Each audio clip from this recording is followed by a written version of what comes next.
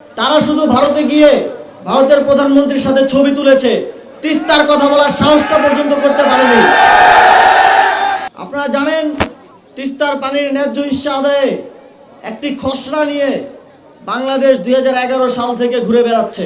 কিন্তু বিগত সময়ে আমরা এমনই এক ফ্যাসিবাদী সরকার পেয়েছি যারা শুধু বলে গেছে যে ভারতকে যা দিয়েছি আজীবন মনে রাখবে, কিন্তু ভারত থেকে কিছু আদায় করতে পারেনি। তাদের নতজানু পররাষ্ট্রনীতির কারণে তারা শুধু ভারতে গিয়ে ভারতের প্রধানমন্ত্রীর সাথে ছবি তুলেছে, তিস্তার কথা বলার সাহসটা পর্যন্ত করতে পারেনি। অন্তর্বর্তীকালীন সরকার তার গঠনের পর থেকেই পররাষ্ট্রনীতির ক্ষেত্রে শির দ্বারা উঁচু করে দাঁড়িয়েছে এবং তিস্তার চুক্তি বাস্তবায়নে এই অঞ্চলের মানুষের পানির ন্যায্য হিস্সা আদায়ে অন্তর্বর্তীকালীন সরকার মাথা উঁচু করে ভারতের সাথে নেগোশিয়েট করবে এবং প্রয়োজনে আন্তর্জাতিক পানি আইনের ভিত্তিতে আমরা কূটনৈতিক চাপ সৃষ্টি করব যেন ভারত বাধ্য হয় এই চুক্তি স্বাক্ষর করতে।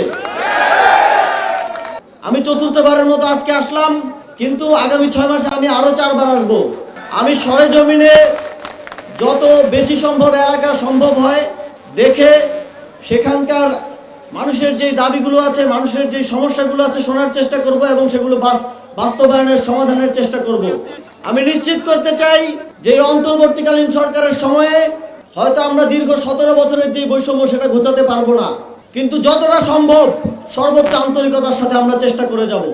সেক্ষেত্রে আপনাদের সহযোগিতা, সমর্থন এবং মতামত প্রত্যাশা করি এবং এই তিস্তার সংকট চিরতরে নিরসন হবে, তিস্তা আপনাদের জন্য আশীর্বাদ হিসেবে আবির্ভূত হবে, এই আশাবাদ ব্যক্ত করে আমি আমার বক্তব্য শেষ করছি।